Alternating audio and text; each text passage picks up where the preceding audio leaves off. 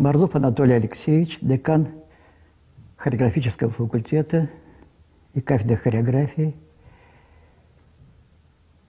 Академии образования Наталья Нестерова, заслуженный артист России, профессор, академик Петровской академии наук и искусств, член правления Международной ассоциации деятелей хореографического искусства. Речь идет сегодня о том, что мы понимаем под профессией такое понятие, как педагог-балетмейстер.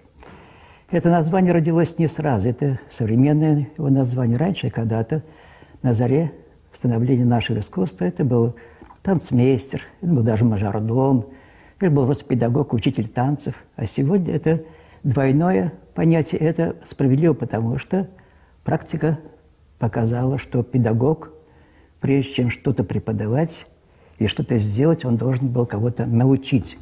Вот с этого и началась наша профессия. Еще в первом веке, в нашем первом веке, философ и писатель, критик Лукиан написал трактат о пляске, где примерно рассказал о том, что же должен из себя представлять артист балета, которого педагог должен учить делать какие-то хореографические опусы на сцене. Во-первых, он перечислил, что артист балета должен быть обязательно не только владеть хорошо своим телом, он должен быть философом, он должен знать хорошо географию, он должен знать хорошо геометрию, психологию, медицину, в общем, большое количество наук, которые обязательно сопутствуют этому удивительному и интересному искусству исполнительского мастерства. Но для того, чтобы такой получился артист, педагог, который воспитывает, то должен также и даже в большей степени владеть теми же самыми науками и искусствами. И в этом заключается наша сегодняшняя профессия. Все дело в том, что можно научить человека танцевать, но в нашей жизни любой преподаватель, он же и есть хореограф. И поэтому до недавнего времени эта профессия называлась педагог-хореограф. Но это мало что меняет друг от друга. Главная суть вопроса. Любой руководитель, который научил людей танцу, научил их двигаться в той или иной манере, в классической или народной, современной, это не имеет значения, он потом делает на них небольшие композиции. То есть, короче говоря, он их учит практике исполнительского своего участия на сцене. И если педагог это не умеет делать, он не выполняет основную свою функцию. Он не доносит то мастерство, которое вложил в ноги, в руки, в тело своих исполнителей до сценического варианта. В этом случае, конечно, он где-то ограничен в своих возможностях и, естественно, должен каким-то образом себя либо образовать обязательно, либо что-то сделать такое, чтобы из него можно было бы получить такое хореографическое начало, которое поможет всем его артистам получить достаточно точные образовательные качества на сцене. В этом заключается главное. И еще. В наше время, это уже в нашем 20 веке, появилось два понятия. Педагог-балетмейстер, который участвует в искусстве профессиональном, это один человек. А педагог-балетмейстер, который участвует в коллективах художественного творчества, это совсем другой человек. Потому что уровень образования, уровень задач совсем разный, что там, что там. В наше время эти две профессии очень близко стали сходиться. Это не говорит о том, что это хорошо, это говорит о том, что где-то такое либо потеряны критерии, либо что-то исчезло из искусства профессионального, и наоборот, искусство самодеятельное стало достаточно профессиональным, чтобы соперничать даже с такими большими коллективами. И вот поэтому образовательный ценз педагога-балетмейстера заключает в себе то, чтобы каждый студент, выпускник этого факультета, нашего, по крайней мере, таких у нас факультетов всего в России несколько, это факультет в школе Вагановской академии танца, Московской академии танца, это в консерватории в Петербурге, это у нас есть такой театр танца «Гжель», и это практически, и ГИТИС, это практически все, что вот занимается этой вот глубокой профессией, называемой педагог-балетмейстер. Почему это нужно очень?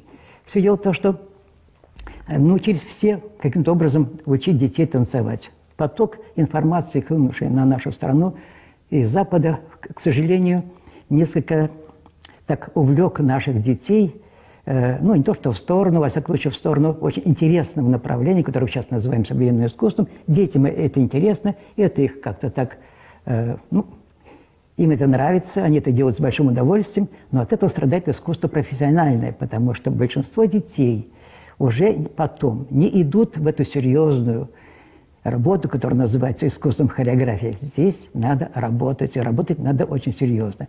Значит, их туда либо должны привести педагоги, уговорившие детей и родителей, что это будущая профессия, которая должна быть частью жизни вашего ребенка, или, по крайней мере, убедить их, что это самое интересное из всех многих видов искусства. Без этого очень сложно сейчас говорить о том, что будущее в нашем искусстве, к сожалению, значит, может быть обеспечено такой хорошей и преемственной такой группой людей, талантливых для тех театров оперы и балета, для ансамбля народного танца, для ансамбля песни и танца, для русских хоров даже, потому что у нас, например, в России, к сожалению, нет даже кафедры русского танца. Это грустно, потому что там должны были воспитывать в свое время педагогов по русскому танцу, как в любой уважающей себя национальной республике.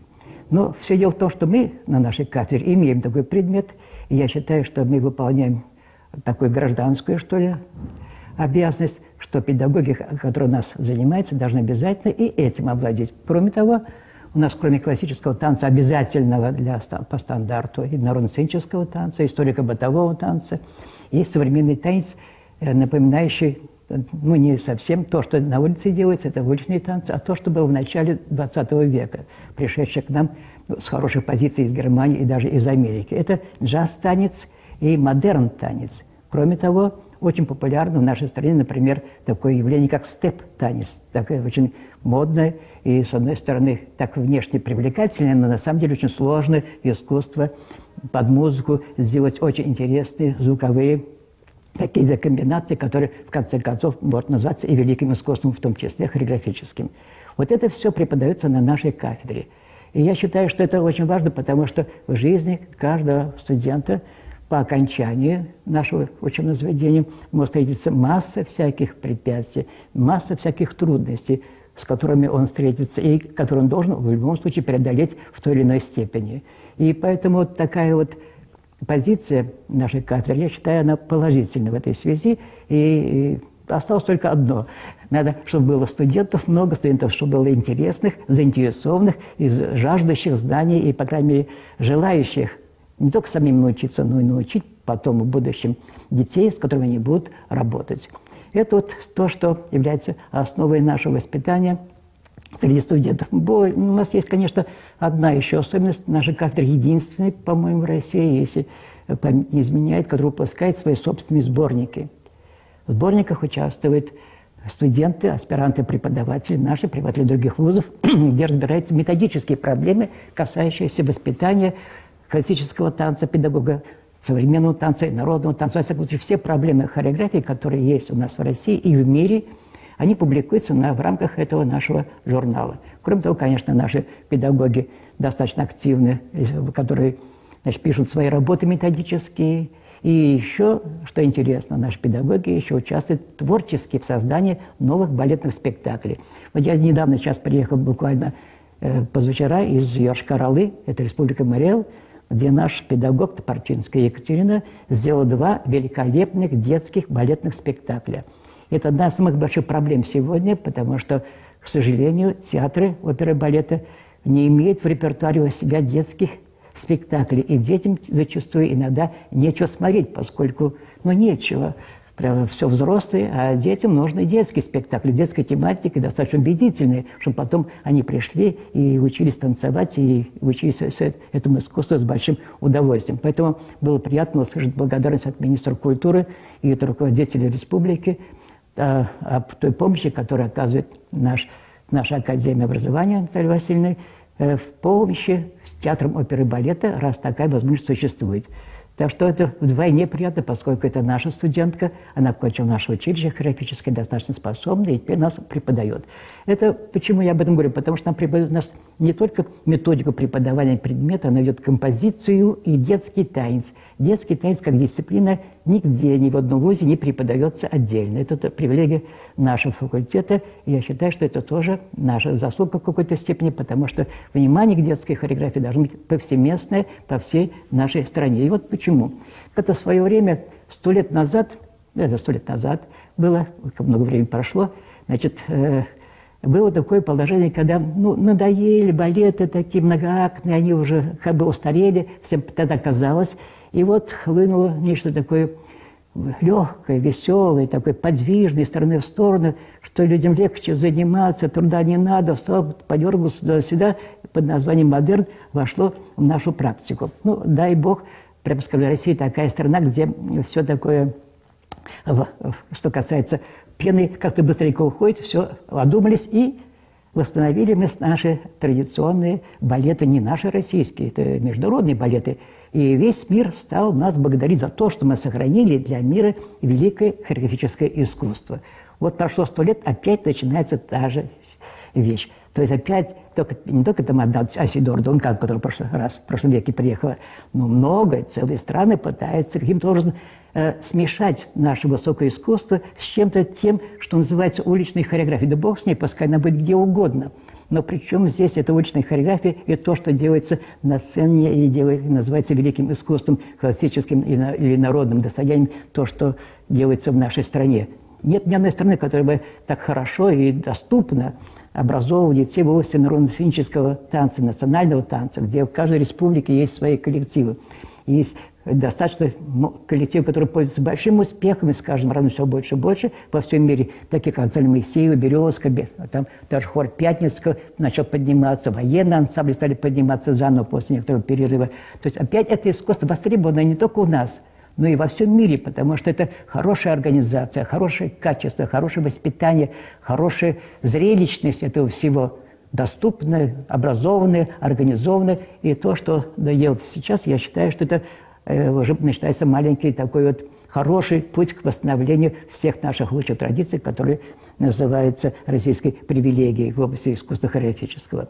Вот это небольшая такая задача, небольшая, конечно, это смешно, которая обычно попадает в сферу деятельности наших студентов, и которой мы занимаемся в течение всех дней, недели, и даже более того, все студенты имеют нашу практику обязательную, и без практики они диплом свой не могут защищать, и более того, они участвуют во всех практических семинарах и фестивалях в России, что тоже очень важно, потому что сегодня, если педагог-балетмейстер не может быть организатором, ему нечего делать в этой профессии. Он должен быть воспитателем, должен быть психологом и особенно организатором, потому что если не организует свое производство, а производство достаточно такое, прям скажем, емкое, организовать занятия детей в течение недели разного возраста, это очень тяжело. Вот возвращаясь к тому фестивалю, который я недавно присутствовал, там дети были с 5 лет.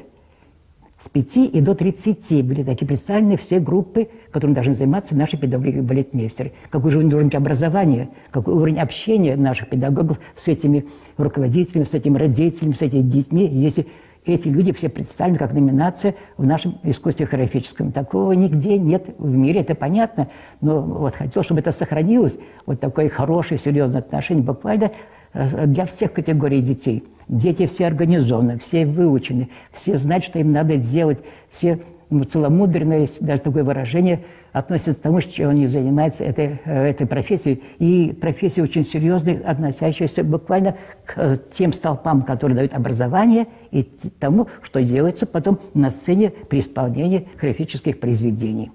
Вот такая работа проводится у нас на кафедре, на факультете. Я считаю, что пока мы с этой задачей справляемся, и хотелось бы пробить молодому поколению, с которым я работаю, у нас педагогов много молодых, чтобы они в будущем продлили вот наше хорошее участие в становлении и развитии российского хореографического искусства. Спасибо большое.